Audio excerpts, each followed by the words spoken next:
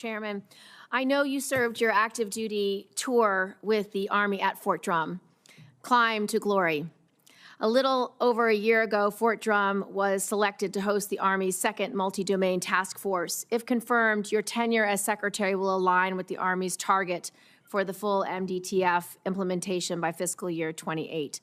What challenges do you see in this timeline, and do you believe the split structure of the second MDTF between Germany and Fort Drum is sustainable? And can the structure be leveraged in other theaters, such as the Pacific? Senator, I haven't been specifically briefed on that unit and its bifurcation of location, but the multi-domain rollout across the Army is the future of warfare. If you think of things like cyber and space, how war has been fought up until this point will no longer look the same. Those issues require networked abilities that in near real time or real time allow for communication across a lot of assets and sensing tools and human beings. And so I look forward to both learning more, working with your office, and specifically returning to Fort Drum if confirmed. Thank you. A recurring challenge that you and I talked about in our meeting for the military has been the recruitment and retention of skilled cyber operators, both military and civilian. As of November, the military reported about 28,000 unfilled military and civilian cyber roles.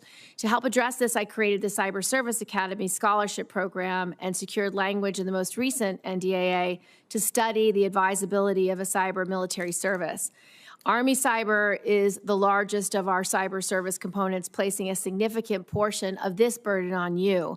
How will you approach the cyber personnel challenge, and how do you see things like the Cyber Service Academy supporting your efforts?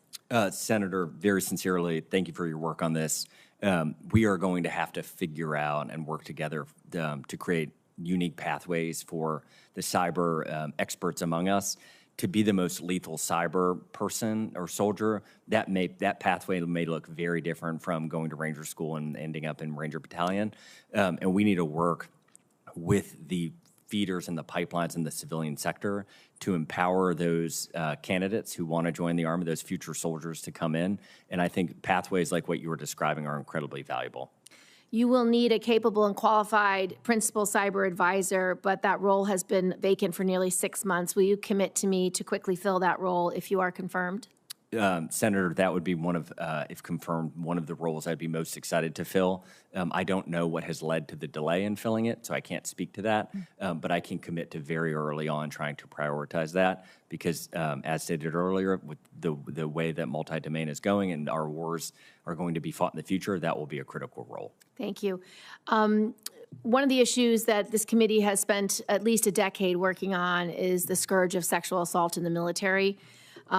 We put in place bipartisan reforms that had the support of 65 senators. It was overwhelmingly supported. And the reforms are geared towards more transparency, more accountability, more training, and having the decision maker of whether a crime's been committed be given to a trained military prosecutor who isn't in the chain of command, who arguably has more precise and applicable training to reach better decisions. Are you aware of these reforms, and do you commit to me that you will do everything to make sure these reforms are fully implemented so that our military can be a functioning place for everyone to work and that certain people are not, unfortunately, disregarded or devalued because of the system in place? Very sincerely, Senator, I thank you and your colleagues for the work on this. I mentioned in my opening statement that my 8-year-old son is planning to join the Army. It's hard to know if my 6-year-old daughter wants to join. My wife and I have been nudging her that way, and as much as you can nudge a 6-year-old, I want her to join an Army that the sky's the limit. The standards of excellence are hard, but she is able to achieve them. She faces absolutely 0 instances of sexual harassment during her time in, and it would be an absolute honor, Senator, to work with you in this committee to, from the top, ensure we are both rolling out the law and setting a culture where that is not tolerated in any way. Thank you.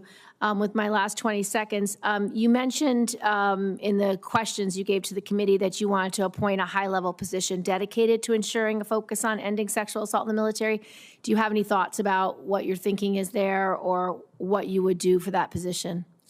Senator, I would want to work with you in your office and with your colleague Senator Ernst, I know you've done a deep dive on this. I want to commit publicly to commit the resources, the time, the energy, and the focus to scourging it from the United States Army, and I think that that could be a powerful first step. Thank you, Mr. Driscoll.